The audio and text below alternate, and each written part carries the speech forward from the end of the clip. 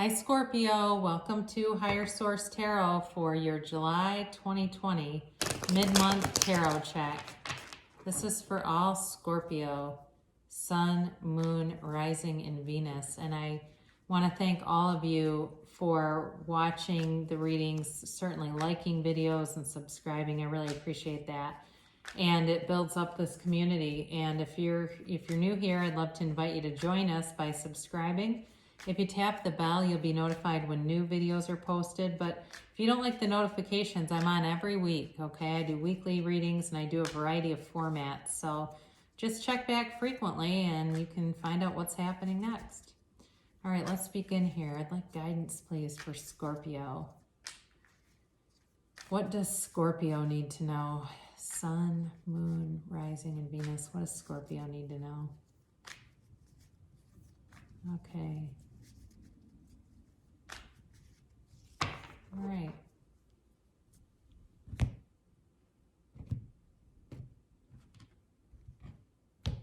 Okay, your current situation here, you've got the Six of Pentacles. The immediate influence is the Sun, very nice. Your destiny here is the Eight of Swords. In the distant past, you've got the Seven of Swords. So interesting because it's 7-8. You've got the Four of Pentacles in the more recent past with the Five of Swords coming towards you. You're represented here by the Six of Wands. The person around you here is represented by Judgment. You've got the Two of Cups as your hopes and fears and the Fool in the outcome position. Then on the bottom of the deck, you've got the Seven of Wands here with the King of Pentacles. Well, I'll tell you, while I was reading this, I got for somebody like, you've been waiting on somebody, like I feel like they've been going through a divorce or something, and that's getting finalized. Or if you've been waiting on somebody, it's going to be somebody who went through a divorce. That's not going to be for everybody, but I did get that while I was reading. So while I was pulling out the cards. So it may have been feeling like it was keeping you kind of stagnant, like you've been waiting on this thing, but it is moving forward, certainly. It feels like it brings this huge sense of relief and celebration with it too. So you do have quite a bit of air in this. Gemini, Libra, Aquarius. You have fire, Aries, Leo, Sagittarius. You certainly have Earth, Taurus, Virgo, Capricorn. You do have a little bit of water too. So it really is about being in a balanced situation. There's Libra energy too in this, even though it is Earth energy. With the Six of Pentacles, it's about reciprocity. It's giving and receiving. However, the only thing that was about this, there's balance in the scales, but there's kind of an imbalance between the people. So it's like it's giving and receiving, but one person has a little bit more to give. And that could be on an emotional front. It could be on a financial front. It's really depends on your personal situation with that. But there may be a slight difference in terms of each person's resources. But either way, that with the Sun, it's definitely about victory, success, about freedom. It's like really knowing a life that knows no limits here. There's a new freedom and a new happiness coming in with this card. And you know, for somebody here, it may have been after a time of a lot of confusion and needing things to get balanced out, because the universe does not like an imbalance in energy, and it will correct it for us whether we, you know, are asking for it or not. But with the Sun, it's a very what's the word I'm thinking of? It's you know, it's like the sun shines on everybody. It's very it's not, you know, it's not dependent on how good of a person you are, or it's very impartial. Okay, so it illuminates anything hidden. So if there's been anything that hasn't been upfront and honest, you don't have to worry about that going forward, because it will be illuminated. But it's really a beautiful energy. And it's also a time for you to really feel good about yourself, to do some things for yourself. If you've been really working for other people and trying to help other people, you may take some time now to, you know, help yourself out here. So you've got this Eight of Swords in the destiny position. And the thing is about destiny is it involves your free will. And it's not fate, like you're just destined to be in this because it's fated. It's like, no, with destiny, I do have some influence over my choices make my influence. So for some of you, this is a restriction that's been self-imposed. So some of you may have chosen to stay away from a certain person or situation, and restricted yourself from them intentionally. And it's not necessarily a terribly painful energy. It was more of a choice, because the timing wasn't right, and you knew that, and you wanted to just stay away from it. It may have also been too a choice in terms of a job, to wait things out a bit, just because, again, it didn't seem like the greatest timing. Some of that could be due to COVID-19 too, and saying, you know, who quits a job in the middle of a pandemic? I do get feedback like that once in a while in readings, and during this time, you have no idea what's going to happen. I mean, I've seen people get raises. I've seen people get promotions. I had somebody I worked with who quit very unexpectedly. They actually quit before the pandemic, and they stuck with it. I wondered if they had second thoughts, but it's like, then what are they going to do?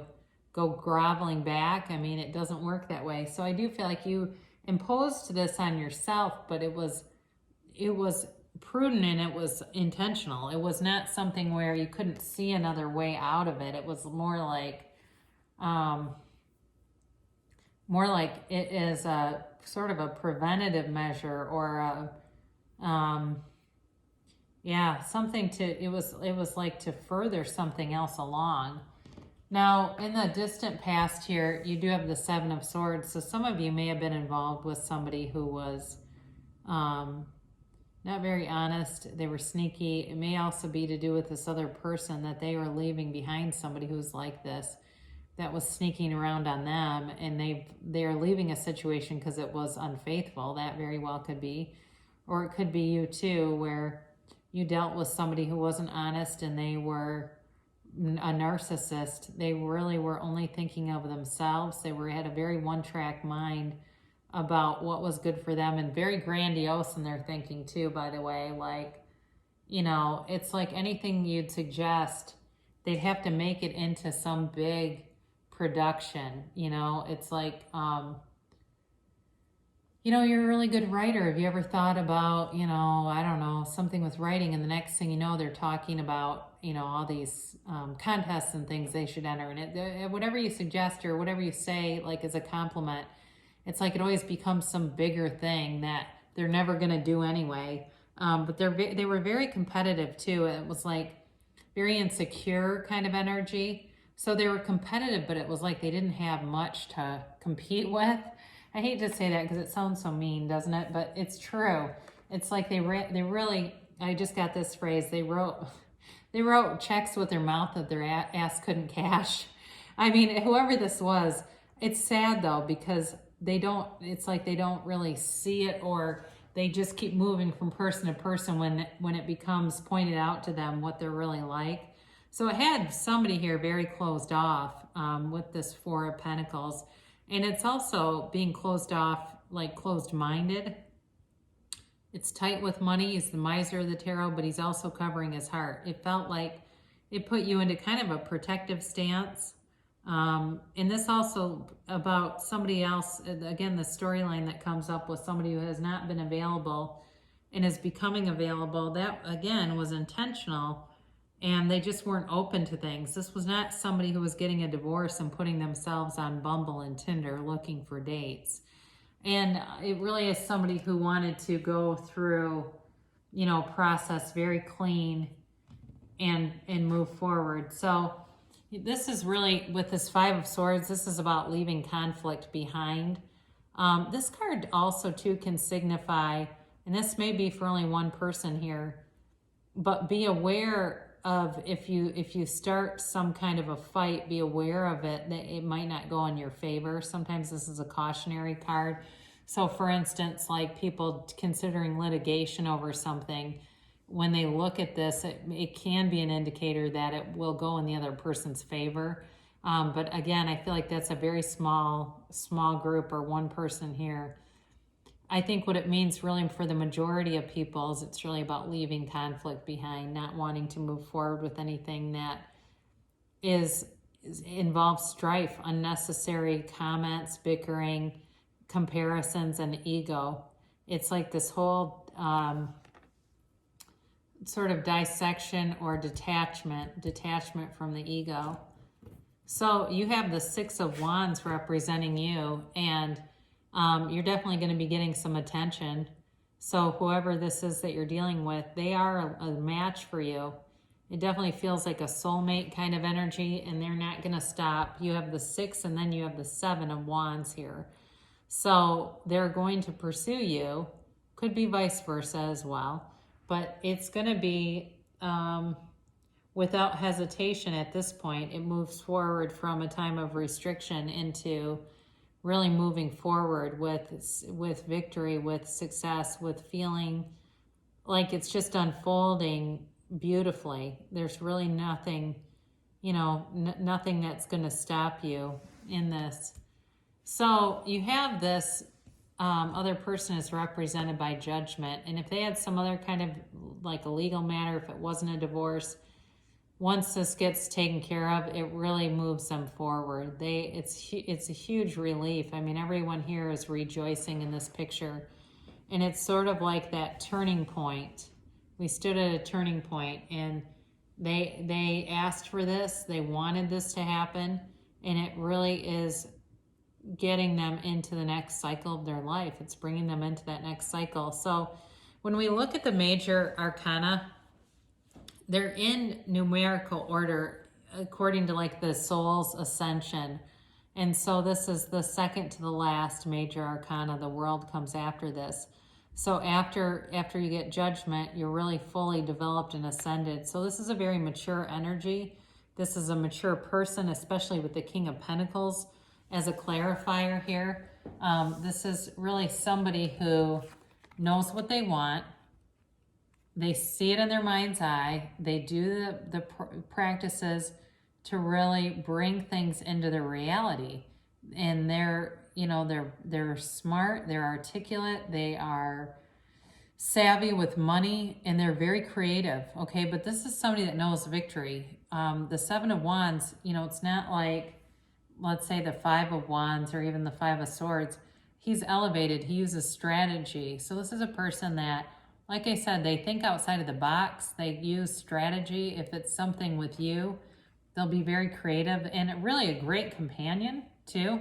A fun person to be around.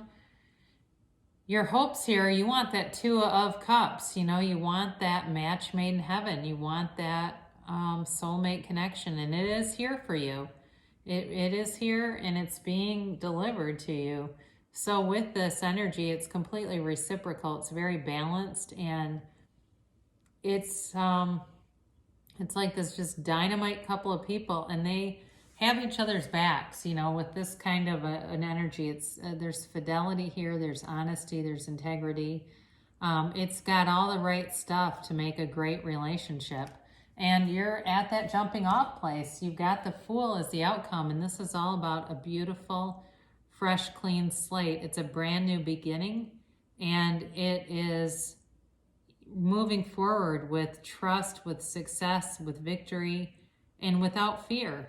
It's really moving forward in a confident way, in a way that anything is possible. Anything is possible. So know that in your mind, that you have limitless potential here, unlimited potential. So it really is a beautiful reading for you, Scorpio. And we will conclude here with an oracle card to draw more love into your life.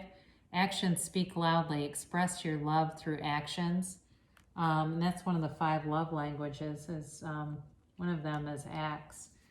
And then we'll close with Abraham Hicks. Ask and it is given.